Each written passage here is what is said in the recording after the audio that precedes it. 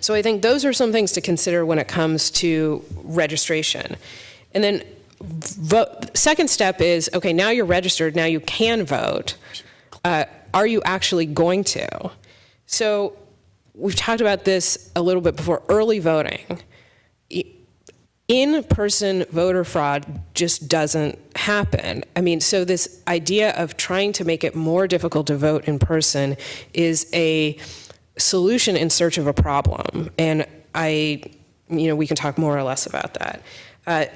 So extending early voting, allowing us to vote on weekends. I mean, the idea that we vote on Tuesdays, I believe, is because we used to live in an agrarian society and it took us a day to drive to the polling places. So we needed all Monday to actually, for the farmers to actually get there. We may need all day to cross LA, but it is no longer the case that Tuesday makes sense.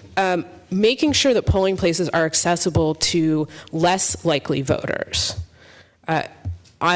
Colleges and universities. So the likely voters are coming out.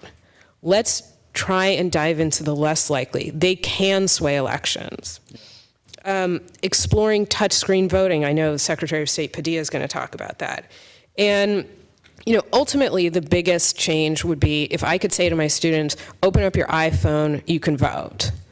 If you can vote via text or online, and I don't know how far away we are from that, that to me would revolutionize. If you could tweet your vote, that would be a problem, but if you can get onto a... Tweet seriously. My tweets are really serious, so particularly when you talked about your biking outfit today. So if you can open up a secure app, if you can get on your laptop and vote, that would change things. In the meantime, while we're working on that, an app that provides people with information. So we talked about signs on freeways. If we can also have an app that says, put in your address really quickly, here's all the information that you need about the election. Third, and almost finally, ways to reduce voter fatigue. I think that we should vote less often. I love the idea of not voting for judges, so let's put that on the agenda. Fewer special elections, let's appoint more instead of these 8% turnout special elections. Maybe we should have a conversation about instant runoff voting, and we'll have fewer elections. And then finally, the Secretary of State was here, but we are in such desperate need of VoteCal is an embarrassment, Cal Access is an embarrassment. They are both in need of updating. And so unfortunately I made it through without swearing, but I thank you very much for your time. Really appreciate those comments, and I can see why you're the most quoted law professor on this issue. So thank you. I'm going to, with everyone's permission, ask my good friend Professor Sonnenschein to wait for just a couple seconds. Okay. Oh, you got some time? Okay, he wants to hear the professor. Okay, all right. Okay, because, all right, great. Well, let's hear from Professor Sonnenschein. Thank you. Now I'm nervous. Now I'm really nervous. And I'll say Professor Sonnenschein wrote Politics in Black and White, which was about Tom Bradley's political rise. He's written a number of books since then, but that formed sort of the inspiration for my undergraduate thesis. So it's good to have you here, Professor. It was actually good. It was actually a good thesis. Well, thank you for having me. I'm happy to be part of this conversation.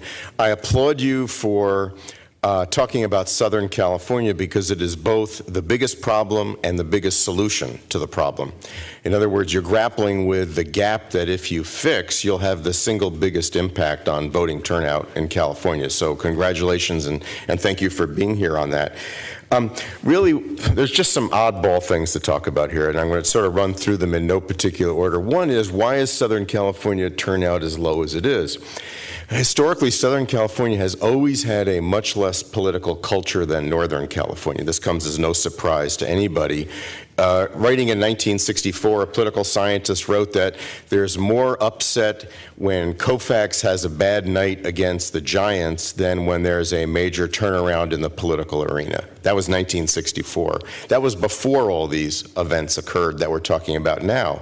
But what happened in the 1980s and beyond was, of course, a tremendous demographic change of immigration, of people who really needed a helping hand to get involved in the political process, and they came to a place where there were very few institutions and organizations that were able or willing to provide that. And honestly speaking, were it not for organized labor, the odds are the mobilization, even to the levels that we see, would not have occurred. And yet there was mobilization. The Latino vote in the city of Los Angeles quadrupled between 1993 and 2005. Asian Americans participated at a higher and higher level.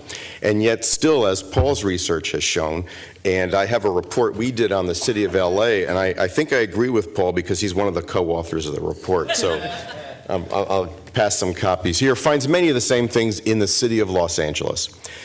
One of the oddities of all this is make sure to state the problem correctly. We do not have a problem in presidential elections. In fact, if you look pretty carefully at our report and other reports, there really has not been a decline in voting turnout in the city of Los Angeles in presidential elections. It's a decline in everything else. Everything, and that connects with what happened in the two Obama elections of 2008 and 2012, when for the first time younger voters became an independent, mobilized constituency in elections. But of course, as Paul Mitchell has pointed out and others have seen, they disappeared between those two elections. And that is a very hard thing to come to grips with for us. V.O. Key once said something that losing candidates never agree with. He was a great political scientist. He said, the voters are not fools. The voters determine what they're going to do. And you'll never get anywhere in this conversation, by the way, if we all act like a bunch of schoolmasters telling them that they'd better get out there and vote. People are very cautious with how they use their time. And people have made the rational decision that there's really only one election in the entire American political system that can be guaranteed to lead to fundamental change, and that's the election of the president. And I think it's no surprise that people move heavily toward participating in that election. But everything else is a mess in our system, just a total mess. And I laugh when people say, let's undertake or not radical change. The only radical change is doing what we're currently doing. Because in comparison to other democracies, the radical structure is our structure, which intentionally or not has the effect of making it extremely difficult and unappealing for people to vote. So almost any change would not be radical, it would be a normalizing thing. For example, we are one of the only countries that requires voters to register on their own, which goes to what Professor Levinson is saying. We, by the way, think everybody must do that. But I don't know if you've ever read about a registration drive in other democracies. Essentially, the government is perfectly capable of solving the entire registration problem, and as most political scientists would argue, the single greatest barrier to voting is getting people to register to vote. All the organizations that are busy doing registration drives could then be doing mobilization drives from very easily accessible lists that include everybody. Now, of course, the Supreme Court will probably throw it out, in which case you could allow people to opt out by saying that they never intend to exercise their right to vote and are insulted to be included in the voting rolls. We could certainly allow that. You have to do stuff like that. But here's the problem. The bigger question is this. Why do we take a simple act and make it so complex?